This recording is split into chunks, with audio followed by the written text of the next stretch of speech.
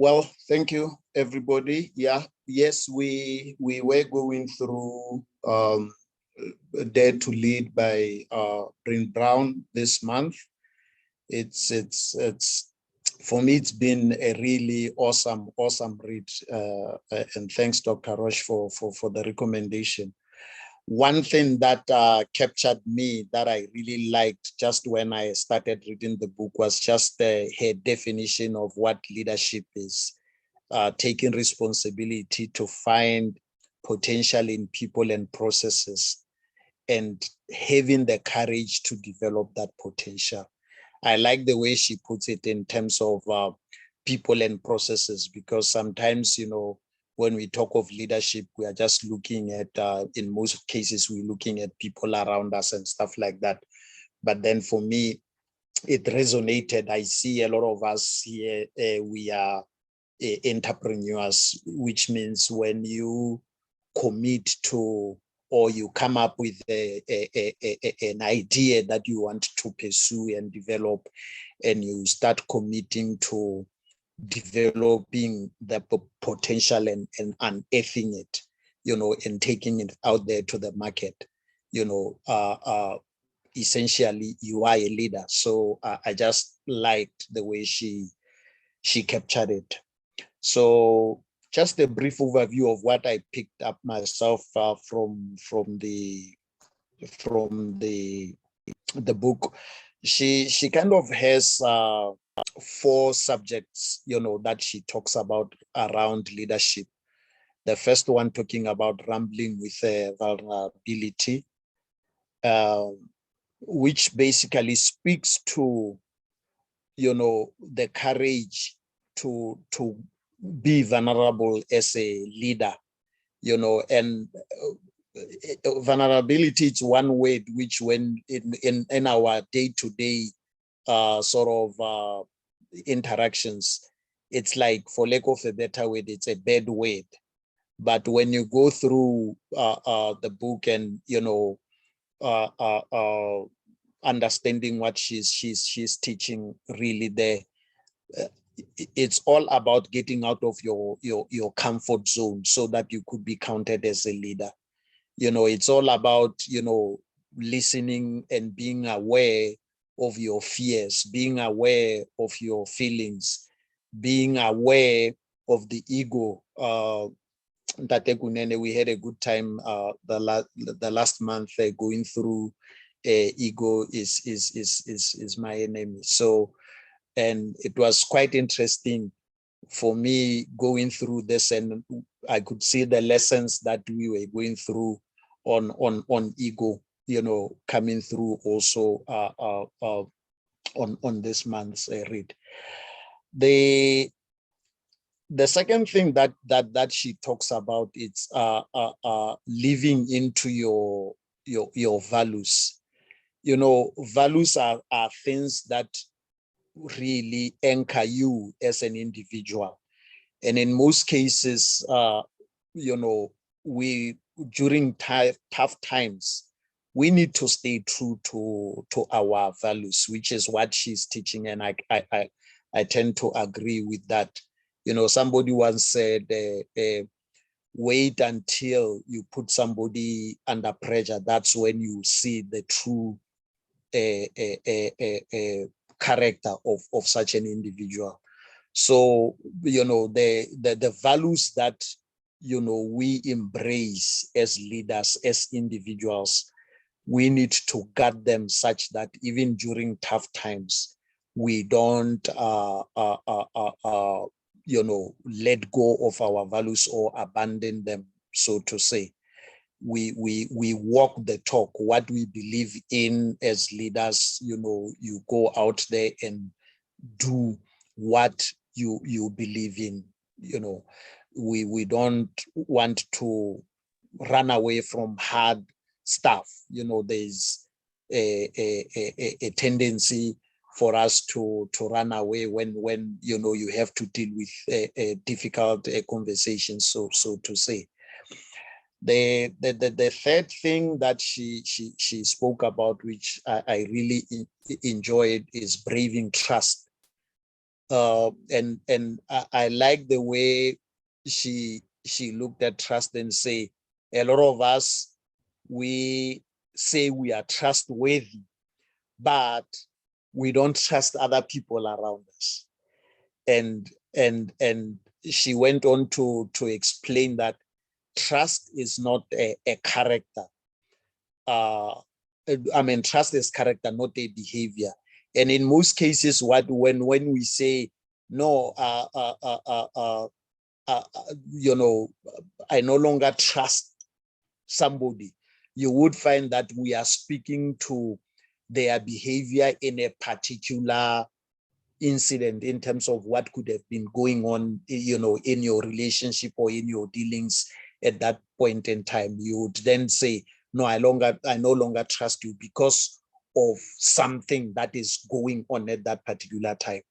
But that behavior should not necessarily be what we attach to somebody's character.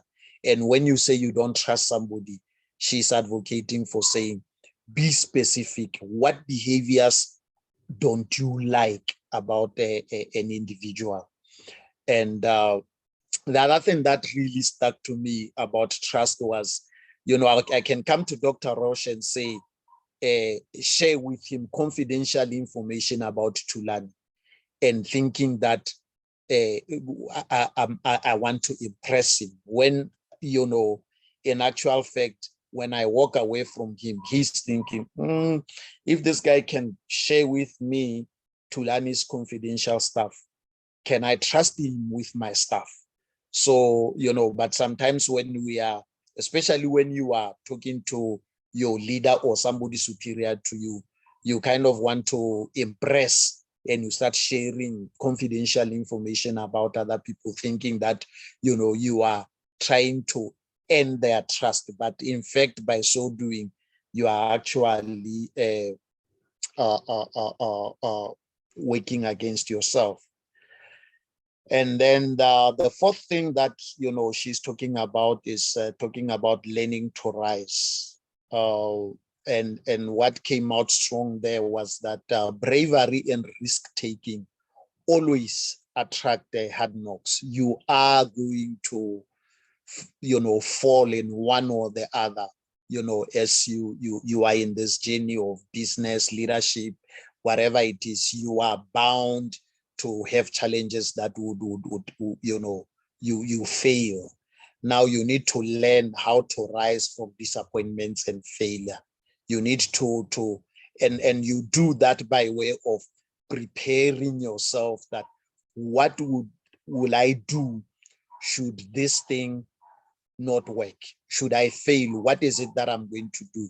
Because in most cases, we are always focused, no, I'm chasing these numbers. This is what I'll achieve. This is what, you know, this thing is going to come out. But then you don't leave room for what happens should it not work. How are you going to ensure that you rise from where you are?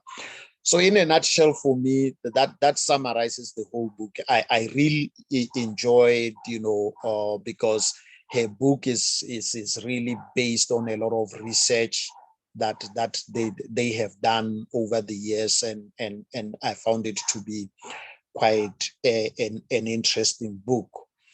So I think only Tulani said he has not read the book yet, but I trust all of us we have. I can't remember anybody saying they haven't read the book.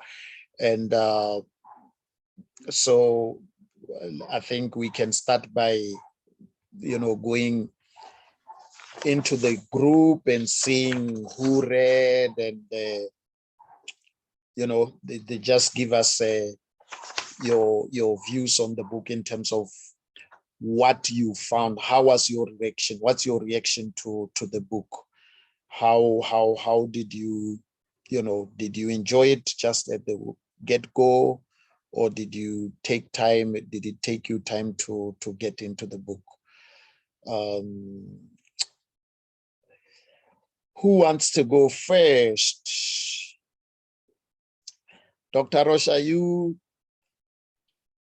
Today you are a participant.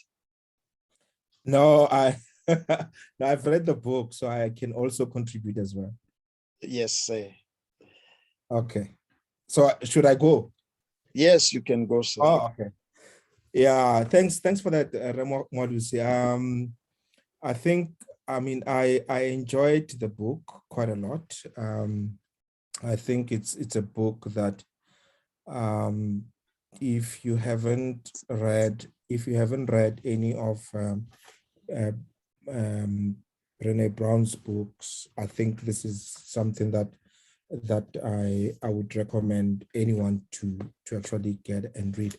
So to your point, I think what I took from the book is she's obviously dispelling, and you're right in that the model you say about saying that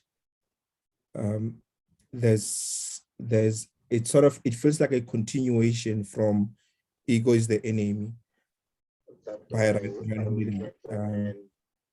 so and what and at the beginning she's talking about the fact that great leadership is not defined by status, power, or titles, and great leadership is defined by taking responsibility, being vulnerable, honest, and courageous, and also don't pretend to have all the answers. I found that to be quite interesting. And never let your ego get the better of you. So she starts, at the outset by saying this is what she thinks leadership is, and this is what she thinks leadership is not. So she sort of defines the two to say great leaders are not afraid to be vulnerable. And the key takeouts as well from me, they are similar to what you have raised, Ramadu, say courage and vulnerability. I mean, I started hearing of Brené Brown when she gave that TEDx talk years ago on vulnerability. And I think this vulnerability topic is really what sort of parachuted her into where she is now. That leaders need to be more vulnerable. And unfortunately, we think of vulnerability as a weakness. We don't want to expose ourselves and we don't want to be seen to be weak. So we then tend not to be vulnerable enough, which for me was a bit of a challenge. It challenged me as well, because when you stand as a leader, when you stand in front of people and saying, I don't know, I'm also figuring it out as I go with you. It tends to challenge a lot of people.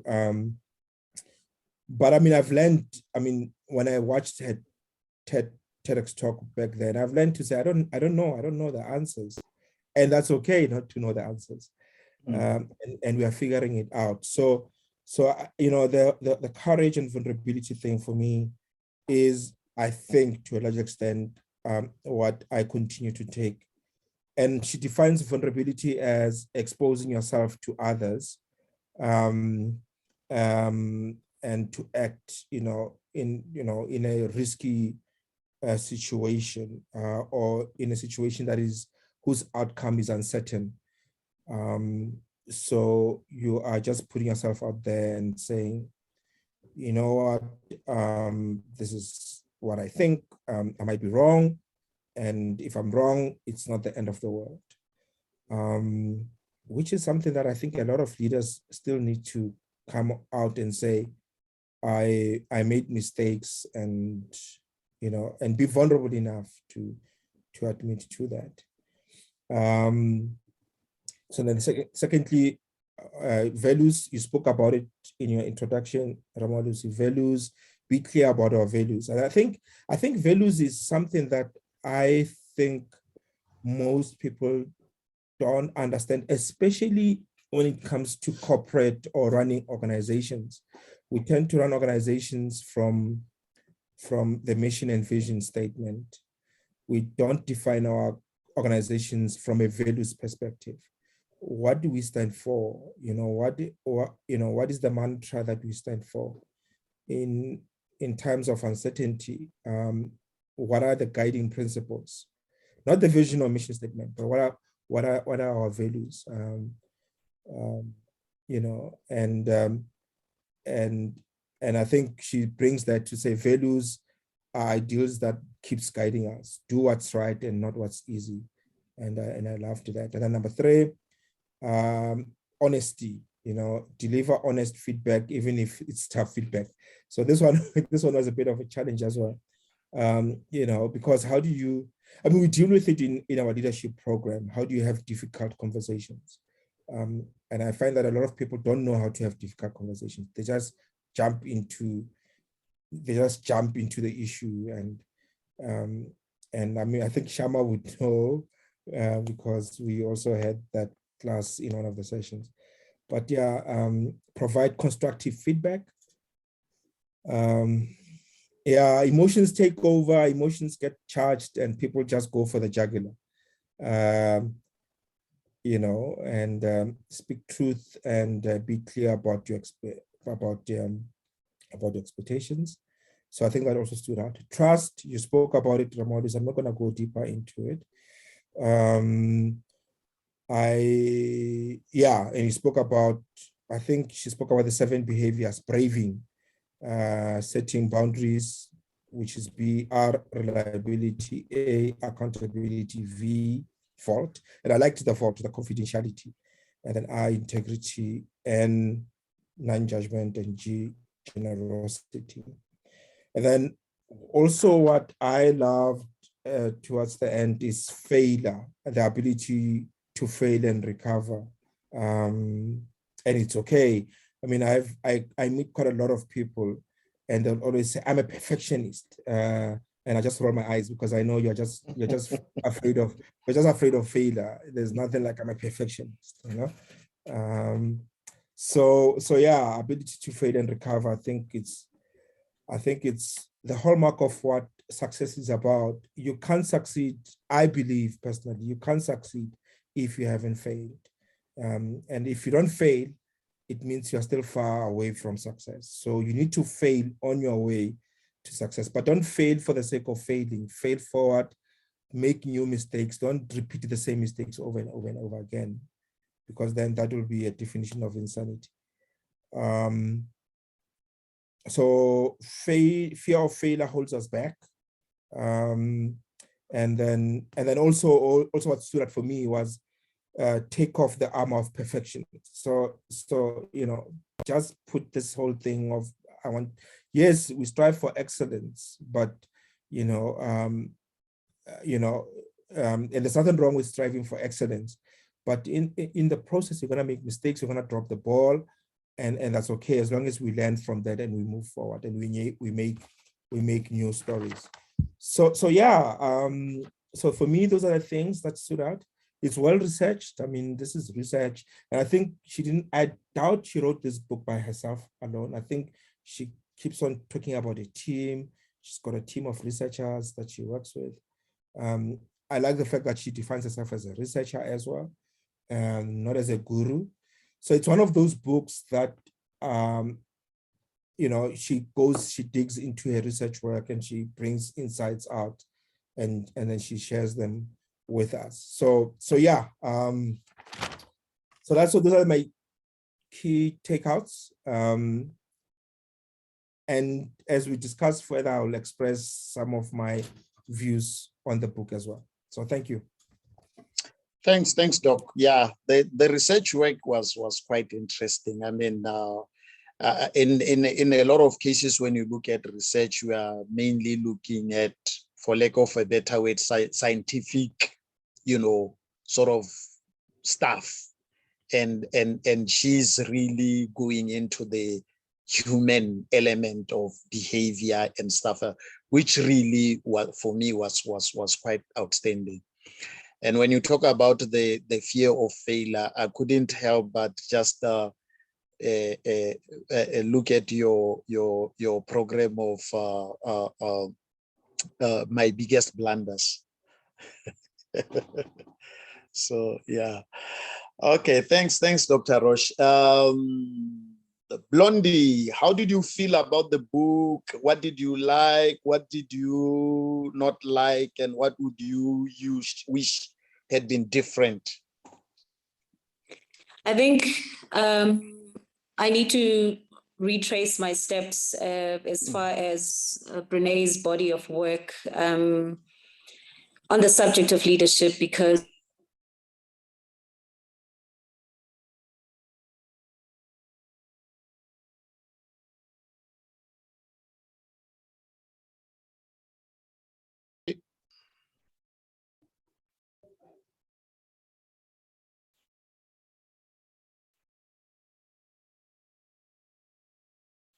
Hello, Blondie, is she there? Dr. Roche, can you hear her? No, I think she's We lost her. Yeah, I think she's still there, but she's frozen. Her screen is frozen. So she might be having network issues. Okay. Bra George, while Hello? we wait, while we waiting, you read the book? Yeah, 50%, not all of it. Dr. Roche once threatened us. He sent a note. I can't remember where I read one of his. He said that if you haven't read the book when you are in a book club, you should not. But that was just a threat. I'm in church today, so I would allow you to share the 50%. Hi, Okay. sorry about that. Okay, you can go, Blondie. I'll go after you. Okay, Blondie. Okay. All right. I was saying that for me, it was a sobering thing. It was a sobering read, in a sense that it took me back to when I started my first job in a corporate space, Liberty Properties. And gave me an idea, because I've always wondered what was happening there, and I felt that I was partly to be blamed for whatever it is, and me leaving that entity, because at that age I was young, I was 22, so I couldn't really tell what was a good leader and what was a not so good leader, and what was a toxic environment. So it opened up the conversation of, HR in corporate or entities as big as those is very quick to call you as an employee when a problem has been identified in the department, and not really call the leader to task to say, but what are you doing wrong? So it made me relive my past, and it was not a very good sight. And I had to sort of, think about what I need to do better. And for me, it's to just start collecting start going back to the books, that the first book she wrote, getting any material, whether it's a journal, it's videos, and just dig deeper into this thing. It was a brilliant articulation of what leadership is. And this is according to me, because I find myself in dynamic situations where I have complexities in terms of the teams, different cultures, different backgrounds, different environments, and here you are called to lead these people that are from different walks of life, and you find yourself conflicted because you don't even know where to start. So for me, it was just for me to dig deeper as a leader, number one, and number two, to do more than just leading, because it is so easy. Like she says, it's easy to study leadership, but it's hard to lead. And it is. I mean, I failed at this leadership, and I'm not afraid to say I'm a bad leader. I'm not. I believe that I'm just horrible at this leading thing, and I hope one day I'll get better. But I think for me, this was just somehow it was just sent to me to say, just look at this, and maybe this is where you'll find your answers, because I've got so many questions on the subject of leadership. And I even shared it with a friend of mine. I thought he was going to join us, but he got tied up in other things. So because him and I talk about this leadership thing, and he started a leadership academy, to talk about these issues that Brené is raising, in the books, the different facets of leadership, from the moment where you have to ask people, to not to be shy, to, if they are lonely, they must tell us, and just tapping into the different environments and the workspaces, because I think it's difficult to have those conversations in the office, because people just come there to work and they leave. But when there's no productivity, it makes sense now, why things fall apart, why we fail to put teams together and pull them together, because of these issues that we neglect to have these open conversations and uncomfortable conversations. So for me, it was a brilliant read. I didn't find any fault. I just think I need to do more research, more reading, and more digging in terms of where what started this whole thing. I understand that it started because she was battling her own vulnerabilities and personal conflicts, but I think for me it's deeper than that. I need to dig deeper. I just feel that I need to do more. Reading it is good and from cover to cover, but I just think that I need to start from scratch, and then this will just complete the puzzle piece, because I had so many questions. I even made notes about 4 pages. And I think the answers, I need to just refer back to her previous work.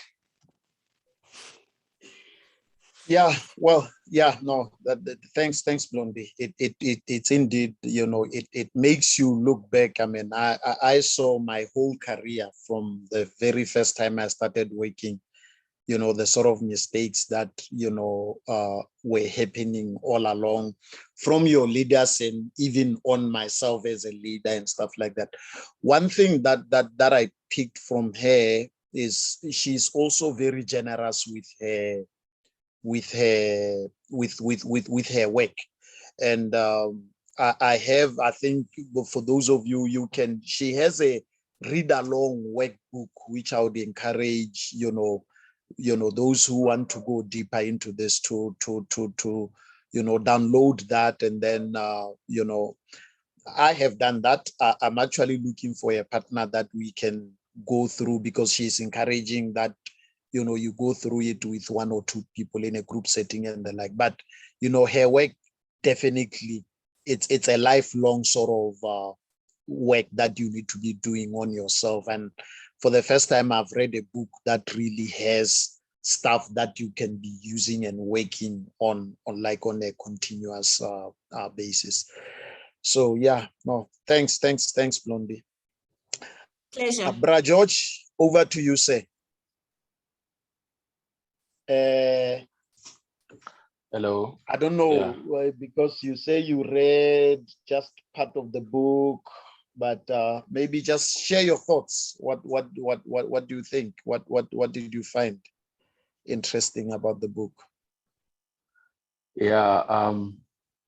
For me, yeah, I didn't at the beginning.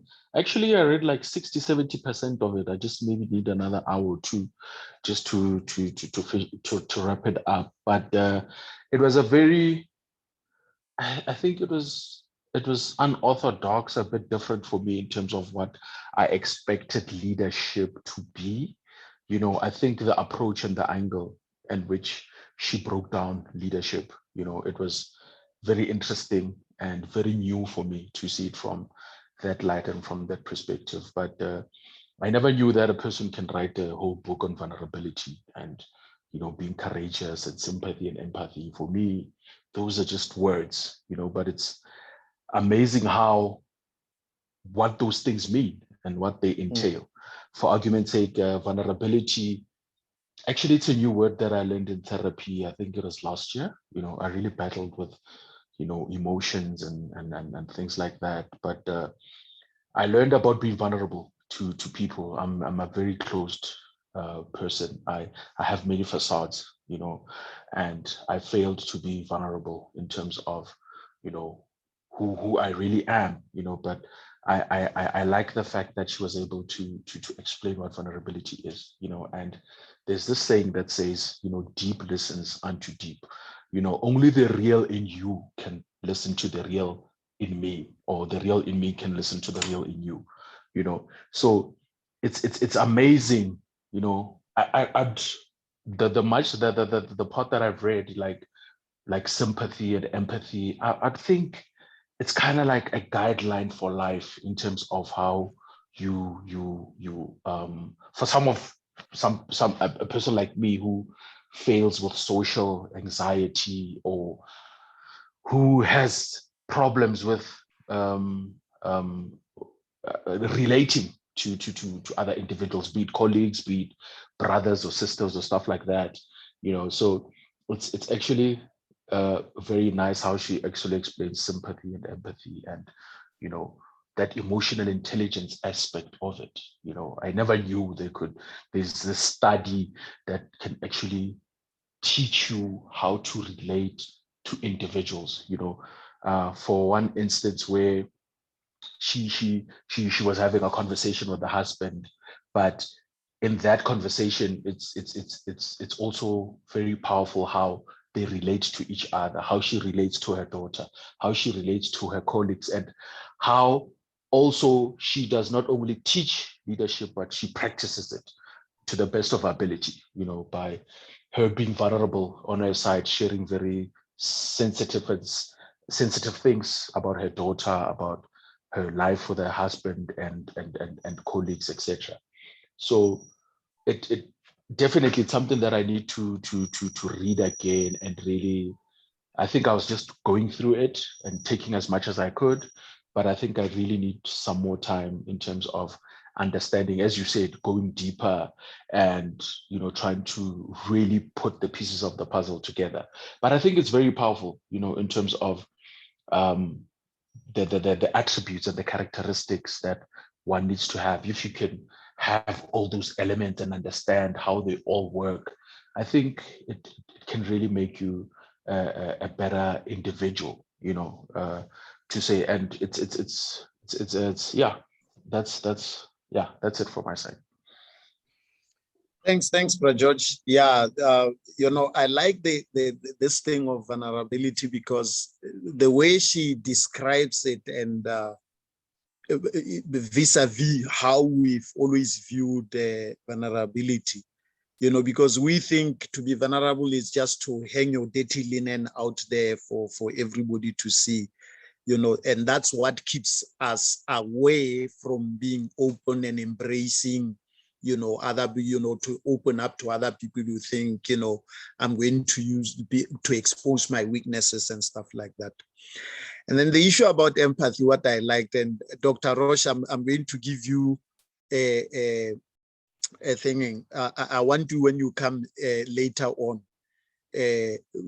talk to us about empathy in the area of when somebody loses their loved one, and you have to show empathy. I actually Googled, I went and tried to figure out. I still think a lot of us, we miss it when it comes to empathy when somebody has lost their loved one. I'm very much keen. I would want to hear people's views there as to how do I show empathy when somebody has lost their loved one. But her description and explanation of empathy was quite powerful. Yeah.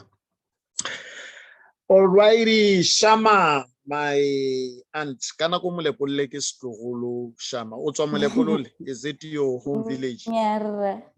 No, it's not. I'm here for work. I'm here for work. And before I even go anywhere, we can be partners for that workbook thing you talked about.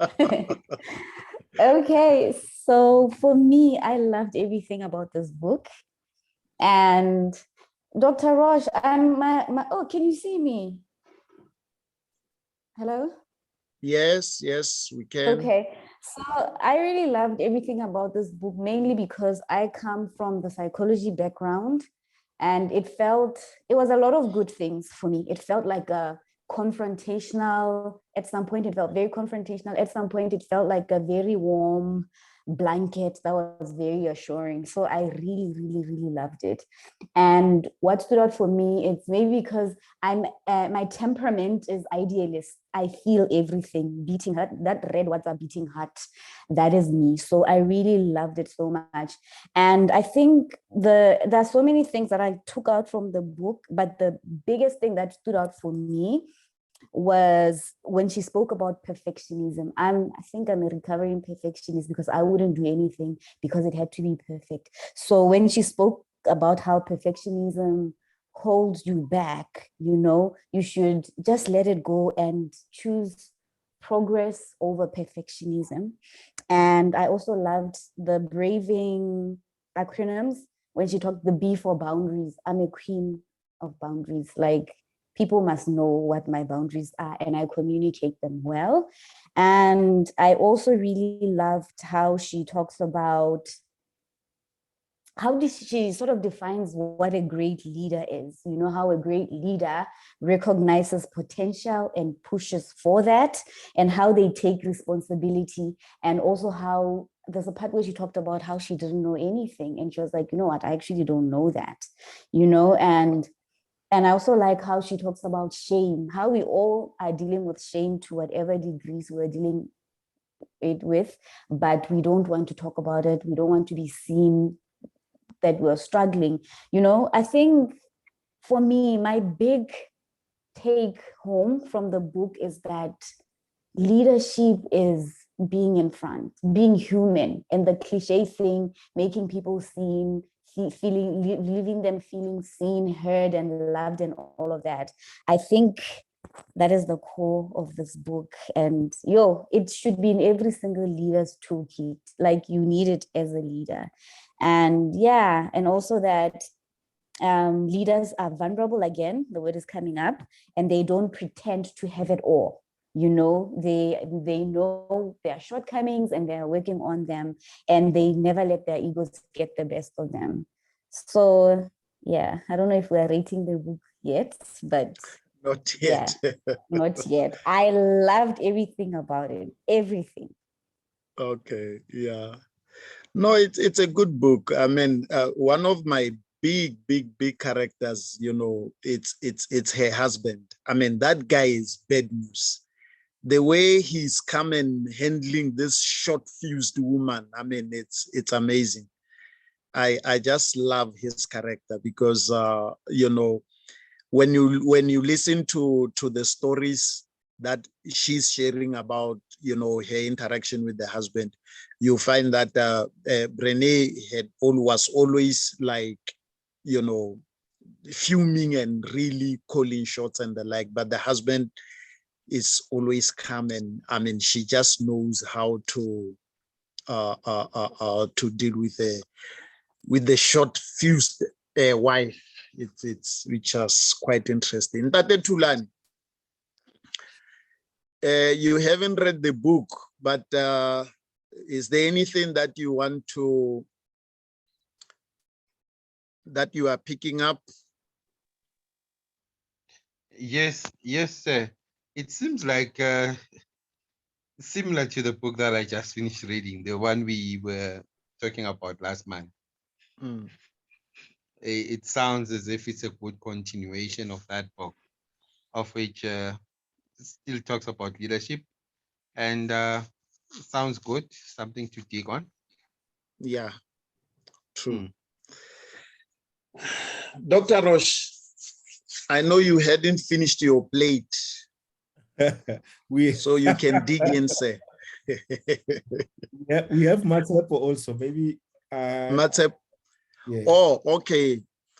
Hey, Matsepo, sorry, I didn't recognize that you came in also. Did you manage to read the book?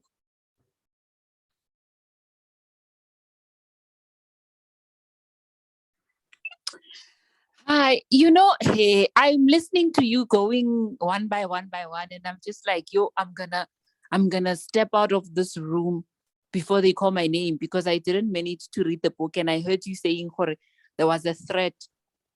Ning. Yeah, if you haven't it's read withdrawn. The book, you didn't hear that statement. It's withdrawn. Don't show up. Agree, Dr. So Roche. I thought, before you get to my name, I'm gonna run away. I mean, I love Brené Brown. And I'm really bummed that I couldn't read the book. I literally didn't have the time. Well, I didn't make the time. Maybe that's the correct vulnerable thing to say. So yeah, you know, based on everything that everybody is saying, I will make the time to read it. I'm really interested in vulnerability, because I think it's a aspect of life that I'm struggling with. I mean, I think I'm doing it, but I realize that I'm struggling with it, because I think, you know, vulnerability is attached to consequences. You think that if you become vulnerable, something will happen, like the sky will fall down, you know, or you will die, or something, you know, negative will happen. So yeah, I think just hearing everybody's feedback makes me want to go and read it even more. Thanks. My pleasure, ma'am. Doc? Yes, sir. So, hey, yeah, you put me on the spotlight with regard to empathy versus sympathy. So my understanding is that sympathy is not that much, you know, the difference is very little, but sympathy is obviously, it involves understanding, but from your own perspective. You know, I may not necessarily be a woman, but I can sympathize with what women go through. Empathy is me putting myself in the shoes of other people and trying to understand how they feel. So there's a slight difference between, you know, the two. Sympathy, I'm outside, looking in, and empathy is I'm inside, and I'm not looking in. I'm inside and I'm feeling what you're going through. So how do you show empathy to a bereaved person? Is, you know, it's a difficult one. I mean, there's one thing that I know that I struggle with quite a lot with people who don't have empathy or sympathy, or people who tend to be egotistical, is they don't understand that the show or the situation is not about them. So they shouldn't want to be the center of the situation. Yeah. So, you know, you just need to understand that this is not about you, it's about the next person. And you know, don't try and take center stage, even when you are a leader. Because I sometimes feel like as leaders, we want to lead everywhere. We even want to lead in situations where we want to also, you know, I struggle with someone who will always want to say, when I went through this, but this is not about you. It's about the bereaved person. So, you know, so how do you show empathy? Just call and listen. Don't try.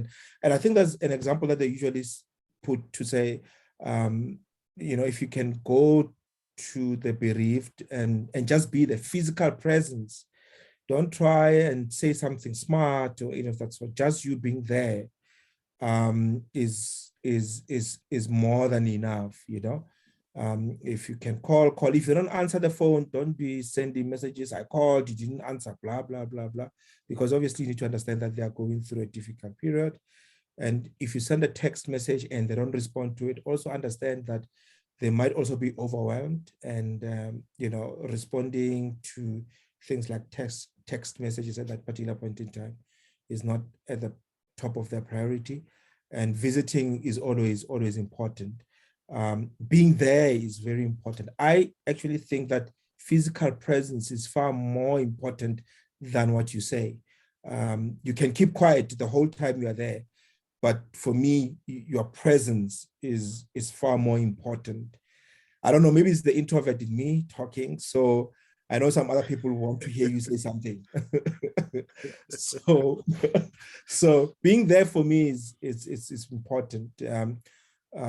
Even if you just come every day and not say a word and just be there, you are good. And if you can't be there, send a condolence card or whatever.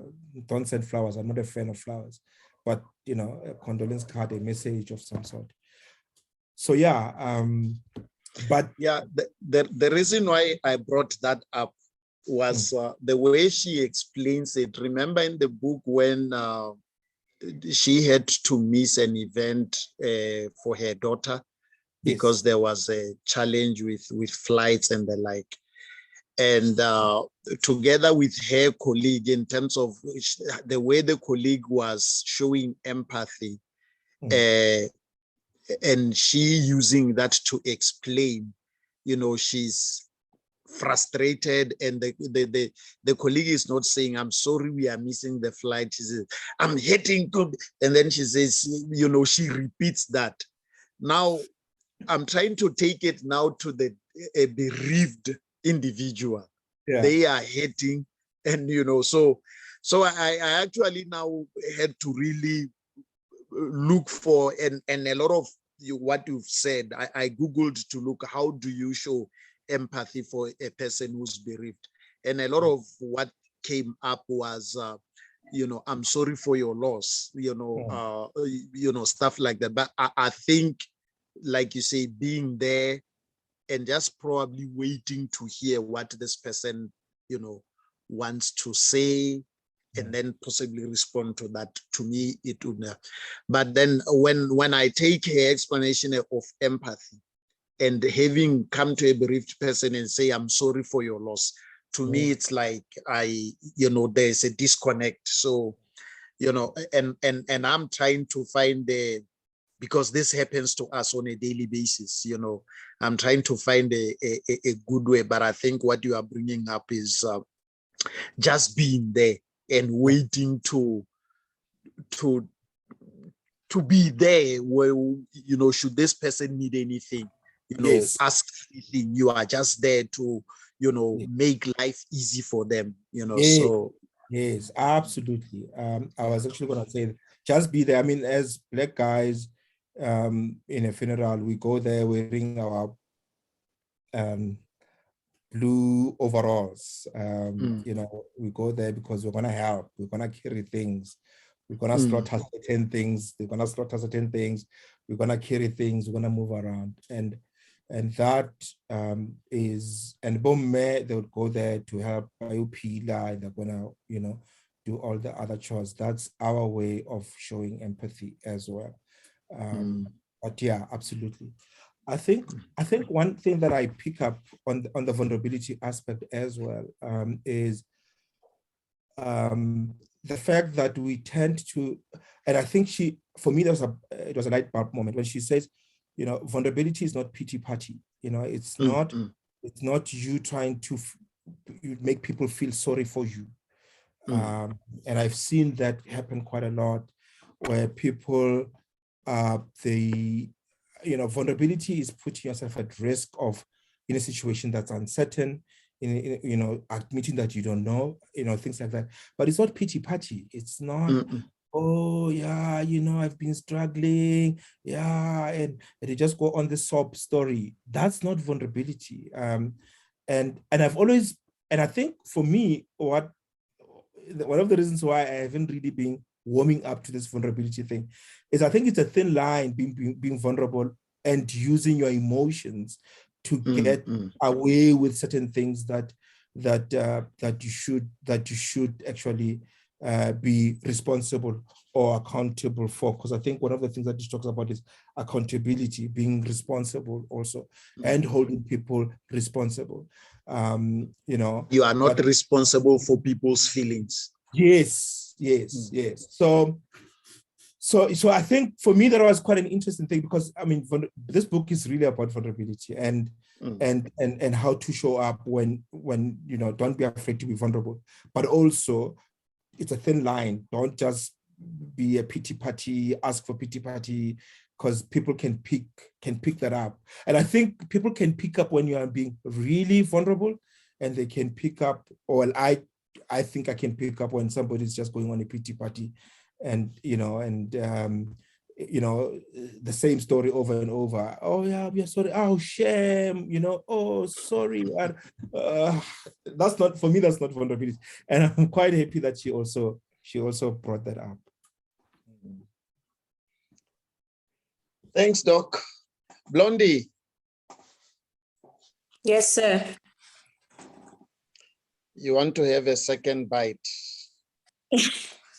I'm listening to everyone's rendition of what they understood. And, you know, for the first time, I think I'm so blank about leadership. I could say next, you know, I still need to learn how to be. I'm so blank. I'm so blank. I could say, and I'm not afraid to say it. And I will even stand on a podium and tell she people. She messed your theology on leadership. She messed it up completely. She took it upside down. I flip it just like this. And I understood what leadership was. And my personal definition, when I describe it before reading a book, was someone who brings out the best out of people, even people that don't believe they still have that inner man that's lying, inner giant. It's you are responsible to bring it out and make people believe that they are great. You know, if you see potential, you recognize potential, you enhance potential. That was my definition, which is not far from what she said. But the connecting of everything from the psychological, Shama spoke about the psychological aspect, you know, where you have to play mommy to everyone. And I would use mommy as a thing because I'm a woman in a leadership position, where you have to ask a grown man, are you okay? You know, what's going on at home? You want to dig deeper. That's tricky. That's babysitting. In a corporate space, we are not allowed to do that. You're not allowed to display emotion, you know, show vulnerability. You must just put on your armor.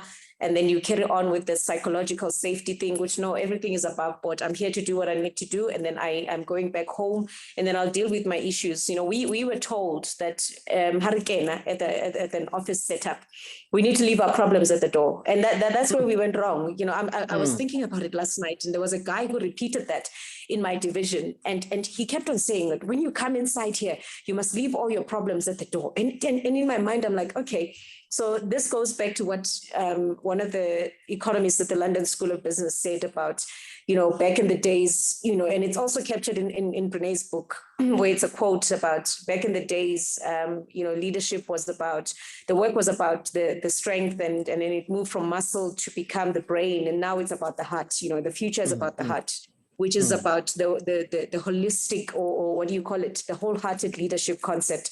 This is what you find on I know Elon Musk is not a very good example because there's stories about him and stuff, but you know, this is a guy that is very emotional. If you see and watch documentaries, and just wanting to understand the type of leader that he is, he's not a very easy guy to deal with, but he's got that guy. And one of the best ones for me was Steve Jobs, because he spoke about the wholeheartedness concept even before I understood what that was, and being mindful and having that revolving door policy. Like Michael Jordan, the former CEO of FNB, used to speak about wholeheartedness, about, you know, people being just more than numbers. And, you know, I remember when they were bidding him farewell and it was captured on Radio 702. There was a lady who phoned from the office who had a child who was dyslexic, and then the child had autism, and then it became a worse situation. And, you know, just because she wanted to take time off work and not be physically present to take care of the son, because, you know, the condition was dilapidating and it was getting to a point where she just, you know, was falling apart. And she was calling, she called the radio crying, saying that I'm going to miss you, Michael, because I found strength when my son was sick and you were there for me. And you stepped down from your CEO office and came to my desk because someone told you about what I was going through and why I was absent and why I was falling off and why, you know, the department was in shambles. And it's because of my personal things. I'm going to miss that about you. And, you know, that was the best thing I've ever heard about someone. You know, I fell in love with Michael Jordan, you know, right there and then because of the leadership, you know, from the heart. And everyone who phoned in from FNB spoke about his ability to connect with people that he's not even supposed to talk to because of the hierarchy situation. You know, you've got Dr. Roche leading finance. Dr. Roche must see the people at finance because that's what you get in that environment. But for him to step out of his comfort zone and open and have that revolving door policy to say, you can walk into my office anytime and talk to me. You don't need a gatekeeper to stand in the way. So we need more people like him. We need more people like that, people that are going to lead like the Steve Jobs, being able to keep people in their jobs. And even when someone says, I don't want to work for this company, but because of how they are treated, they're like, I might as well stay. We need more of that. And I think that's what she's trying to bring out to the world. I mean, she made an example of the banking industry in London. I don't know if you saw that, Dr. Roche, where she spoke about the ethics and the values. I mean, this is touching on different things, even ethics, principles, and values, where people will choose to be silent and stay with the pain and not raise anything because they're afraid to lose their jobs. And now I was not one of those people. I would speak up and then I would get fired, and then I move on to the next profession, because that was just me in nature. Unfortunately, it's in my DNA. They called me an instigator. I've been to more HR sessions than any of you guys have been. Because I refused to just sit and watch things, and become a corporate zombie and just keep it to yourself. It's none of your business. I was told, I mean, just why are you raising it? Just leave it. And even it's something that is so close to home and something that affects me, I can't speak up about it. And this is why I found solace in entrepreneurship. I found so much solace. Oh, shame. Entrepreneurship is lonely, but it's comforting because no one can fire me. And it's up to me to make sure that the environment is not what I experience. I make it a thriving one. I make it one that is a home away from home. I don't have to, micromanage you. You do what you need because I trusted you to do the job and I hired you. So I need to have the confidence that you will do it to the best of your ability. And if there are problems, let's sit down and talk about the problems. And if there's external help that we need to get for you, this is me exhausting all the options, something that I was not given an opportunity to state my case and exhaust all options. For if it's psychological intervention, maybe I was crazy. They needed to help me, but I think I was not. I was supposed to experience it and then move along so that when I get to the point where I am right now, I can connect the dots and use it as a case study to say, but this is not how it's done. This is now, we're going to flip the script and do it differently. Yeah. Dr. Roche, one of the things that you must help us with and maybe look for material, one of the areas that I felt she had shortchanged us is in the space. I would be keen to know what she did in the space of working with religious leaders versus vulnerability. It would be very interesting one to see how, because how we look at our religious leaders and as the untouchables, and there is no room for really sitting down and going through stuff, and yet we deal with so many people, as religious leaders, and it would be very interesting. As I was reading it, I could just see how beneficial it would be for a lot of religious leaders, because we are with them maybe for 2-3 hours in a week, and we take in so much from them, and we are out there on our own trying to live this life, and together with our religious values and beliefs, it's quite an area that would be interesting to explore. I would love to see her work in that space. Yeah, it's quite interesting you say that, because I don't know if you have listened to Brené talk or something, and oh my word, she curses, eh? So yeah, even in the book, it's all even in the over. book, yes. I'm like, oh, and cursing turns me off. Like, it's like, oh no, But you're right. I think I mean, we are currently doing a short course on customer care and customer service.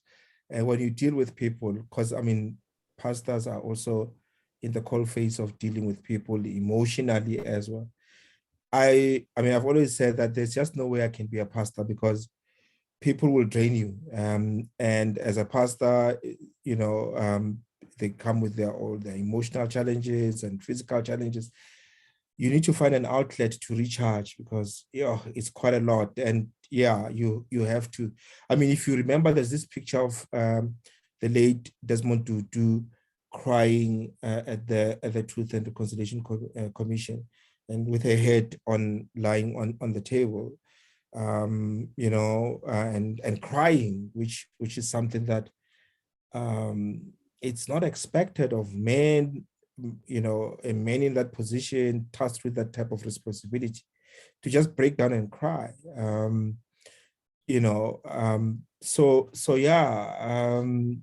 it'll be interesting to hear her thoughts on that, but I mean, the way she curses, I wonder. But no, thanks for the challenge. I'll look into that. Yeah, Shama, parenting, an interesting one. What's your thoughts there about her work vis-a-vis parenting? Well, I feel like parents also need to read this book, because us as children need to see our parents being human. How our parents, okay, let me turn on my video. How our parents just do as I say because I say so. Why are you saying so? You need to be able to communicate well. You need to be able to apologize. And I'm sorry for this. I struggled for the longest time with apologizing because I'd never seen it done. Only when I grew older, I had to teach myself to say, I'm sorry, I was wrong, 1, 2, 3. And if our parents could do it, it would be so much simpler. Just teaching and showing their children that I don't know either. I'm also trying to figure out this life thing. I don't know if I'm making sense. I'm not yet a parent, but when I become a mom, I will be referring to this book. Yeah. Well, when now you would be fortunate because you've got this stuff, But one of the challenges that as a parent, I've got 4 children. As a parent, Dr. Roche, one of the challenges that I have, and which is a question that I was going to pose to the whole group, is, you can understand yourself as an individual and apply the lessons within this book. But now, in some cases, you have to apply them to other people. Now, take parents, for instance. Children, as a parent, when you sit with your children and you're trying to communicate, but you always come across as if you want to, impose your thoughts in the whole scheme of things. It's like it's you who's always right. Like Shama is saying, she's never seen, anybody growing up and saying I'm sorry and stuff like that. I don't know. And so it's like, as a parent, you know it all. You are always in that position of knowing it all, and it kind of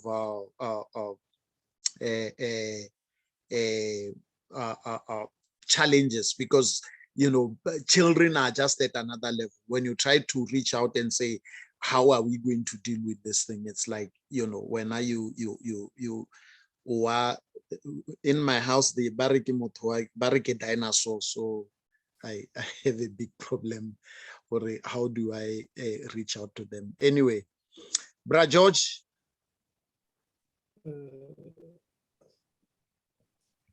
Leo? Yes, George. Yeah, I know we out of time, but I just had one small input, to say with regards to, I think when we look at, when I look at leadership, it's based on philosophy of what leadership is. I think when we look at philosophy, we look at, the Greek philosophers, and when we look at the ancient rulers of where leadership came from, etc., and also democracy that we're also experiencing now, it's a concept from the Greeks, and also how they defined what leadership is. It's like you needed to have blonde hair and have blue eyes and look like this and look like that. That was their philosophy in that time. So clearly, based on their philosophy and belief, is that you could never have a black leader, but yeah, that was just one interesting fact that I read, about the Greeks, but also in the book, she also touched. I think the book does not necessarily also talk about leadership, but it touches on so many aspects of life in general. I like the fact that she touched on addiction and that she's a member of AA, and I'm also a member of AA. I'm 4 months sober, and I found that very powerful for her to disclose that to millions and to millions and thank you to disclose that to millions of people. But that's what I said, that she does not only talk about it, but she leads. By what she said, that she's vulnerable, and also mental wellness. Especially in the day and age that we're living in. Especially for men, as Dr. Roche said, it's not allowed for a man to cry.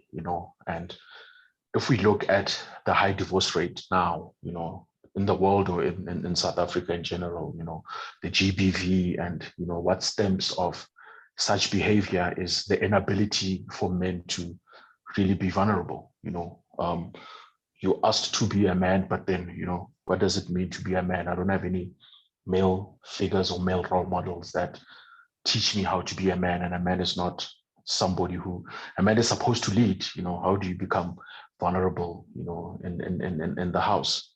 So that's also one of the societal ills that we have today, and it's a reality for us now. And also she touched on, the not being too hard on yourself. I feel like sometimes I'm also my worst enemy. Negative self-talk. You really need to be conscious of how you have conversations with yourself. She said she's most of the time hard on herself than she is on others. I feel like also I'm a bit hard on myself. I push myself too hard. I expect too much from myself, and it also becomes a bit of a burden. It becomes a gift and a curse at the same time. And also, I believe that all these principles and all these values and ethics and morals, these are spiritual principles. These are spiritual principles that one needs to live in and abide in and understand more of, maybe in a sense of, what is right, what is wrong, how do I relate to individuals, etc. And also based on what Blondie says, in a corporate setup, I think it's also very important to understand that we are human beings before we are colleagues. I think that also created a big mind shift for me. You have different types of individuals and characters that you meet on a daily basis.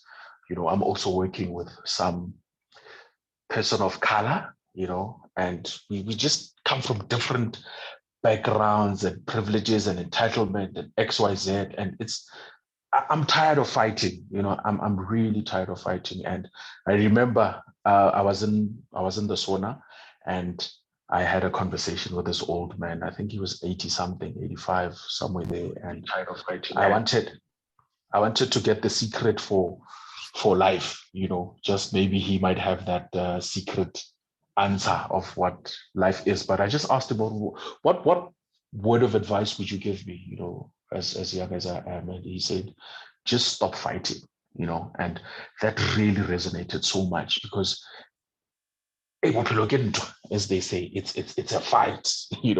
It's a fight. And the fact that he said stop fighting also told me that it's very important to understand self-will, and when you have to give your will away to a power greater than yourself, it's let go and let God. Brené also touched on it, knowing very much that when I, George, am in control and I do things my way, I think my best thinking got me where I am today. So it's very important to know my power and know God's power. God's power, it can be anything, it's a power of your own understanding, and one thing I'm not sure that she really touched on in the book is, the famous questions, are leaders born or made? I think, I would have wanted to hear more about that, but that's it for my side. Thank you.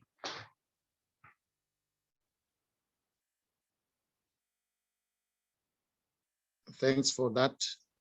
I think when you do the leadership program with Dr. Roche, that question, Shama can answer it when you are in that class. Yep. Yes, Dr. Roche, how are we doing for time? We are 7 minutes left. I think we can just talk about the criticisms and the rating of the book. Yes. And, yeah. Dr. Roche should be the last one. Blondie, your rating and criticism of the book? Because I have issues with some of the things that I need to retrace my steps, so I'll give it an 8, and I'll tell you why it's an 8. It's unfinished business between me and this book, because I think I need to just take it out in different layers and go deeper into different sections, but addressing the certain questions and needs that I have personally. It's a body of work that you can tell that she spent time. I mean, she's referencing 12 years, 20 years digging to get into this, to put together this book. But I think the one thing that I'm not happy about is number one, her use of the language, and I know Dr. Roche, you said it, profanity.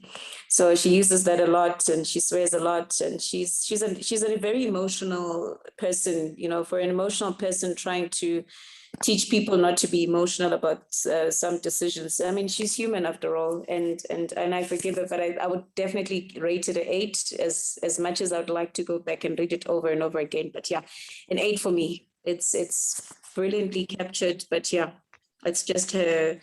I'm not sure about the other side of her that likes to scream and shout and rant and throw toys out. Yep, thank you. George, you've read 75% of the book. You can rate it. Okay, awesome. Yeah, I think I agree with Blondie. I feel like there's so much to the book that I still need to also go back and try to, in a more relaxed setup, and try to put pieces together and really understand the full body of work. I feel like, yeah, but I think, as I said, it introduced me to a new dimension of what leadership is, and it opened up new avenues or ideologies of what leadership is. And the fact that, as I said, it's a spiritual book, and as I think it was Sharma said, that it's more of a psychological book, or of psychology or something like that. But yeah, very difficult one. I think I was gonna go for 7, 8, but let me give it 7.5. I'll give it 7.5. Yeah. Okay, thank you. Shama, you were raring to rate it earlier on. Okay, so I'll rate it at the end. So for me, I really loved it. And I remember reading and I was like, because this is what leadership is supposed to be for me. I feel like leadership is humanity, unlike the leadership we're used to in the corporate world where people are shouting at you, I'll fire you, I'll fire you. Like Blondie was saying, that's not what leadership is. For me, I think leadership is saying holding hands and working together. And yeah, for me, that's it. And again, I think like George and Blondie, I want to study her work, as opposed to now we're reading to make it to the book club, but I really want to study, and I will give it a very, very fat 10 out of 10. Thank you. Tulani and Matsepo, I know you haven't read the book. That's what you told us. So we'll hear from you next time you tell us how you are reading it. I would definitely rate this book at a 9. It's a very good book for me. I enjoyed it. And for a lot of us, I think she has go to her site. She has a lot of material that can help you understand more, you know, of her work. But like I said, the challenge that I gave to Dr. Roche, the only thing that I'm missing there for me is I want to see her work specifically to religious institutions. I would really want to see her unpack it, that, you know, give me role plays that she did with religious people, that leaders, that would be very interesting for me. And I will hand over to Dr. Roche to do the rating, and then also share the plans for the coming month. I know he did share something, but maybe let me leave it to him to tell us what's coming up next month. Okay, thanks. Dr. Roche. Thank you, Rama Lucy. So I'm going to be a party pooper, and I apologize in advance. I'm being vulnerable, and I apologize in advance. I mean, what worked, I think it's a good book. I think it's got a lot of good nuggets. And what I loved is obviously vulnerability, but also, you know, don't be defensive, don't put an armor and be defensive. And I like what George was talking about, you know, this whole thing of don't fight, you know. So I loved that about the book. I think it does a very good job. My sin, though, with Brené Brown and this book is I've read her previous books. I've read two of her books, and I think those were, I think as a researcher, the book for me personally, it sounded too corporate. You know, it felt like she's talking to a C-suite type of leaders, like the top of, you know, it's a leadership book, yes, but it's corporate leadership type. It came out as corporate leadership type. I enjoyed, there's two books that she wrote, Braving the Wilderness. I loved that book. And then Rising Strong also. And then Daring Greatly. I also liked that book. I've read those books and I loved them. And I kind of felt like as I was reading this book, it felt like it's repetitive material from her previous books. I mean, she keeps on referring to, as already told you in Daring Greatly, as already said in Braving the Wilderness. You know, I felt like, yes, I've read those books. You know, I've read those books. I loved them. But I found that except vulnerability, she did a very good job on vulnerability and courage, you know, but to be quite frank, on values, honesty, trust, failure, that's not new material. I think that material has been there before. You know, I know about values. There are quite other books that they've done a very good job on values, on honesty, on trust. And when you want to see that writers are trying to, is when they start taking a word and they put it as an acronym, and then they start saying braving means be this. I'm like, no. So for me, except courage and vulnerability, everything else is nothing really new material. Yeah, but I think what frustrated me the most was that she has taken work from her other books and put it on this book. And you know, it's more of management speech. You know, management speech sometimes gets so boring and tiring and so gray. For me, somehow it felt like that at some point. I think she ran out of interesting topics to write about.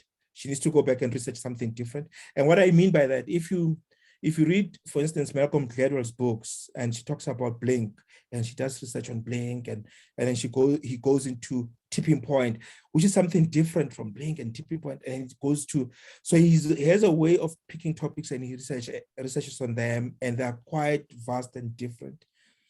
Brené has written so many books about pretty much in the same field, and now she's gotten to the end of the rope. And if she doesn't change, there's a likelihood that the next book that she's going to write is going to be a continuation of all the other books, including Dare to Lead, in that new book. Yeah. So I felt like she's repackaging her previous work. And authors who have written so many books, they get to that point where they repackage their previous work and they put it into one book. And if you have not read any of their work, this is brilliant, very, very brilliant. And I would encourage anyone to have it. But if you have read their previous work, and I think it's a case of success, right? She has done so very well with her other books that we just now rushing to get her every book that she releases. And this one for me is a 7. It's a strong 7, not a 7.5. It's a strong 7 for me. And yeah, and I think it's my fault because I've read her previous work. So thank you so much, and and apologies for spoiling the party. But yeah, if you haven't read the book, it's quite an amazing. I loved the vulnerability. I think she's done an amazing job. I've never read a book that talks to vulnerability like this one. But the other topics, values, honesty, trust, whatever, not really. But yeah,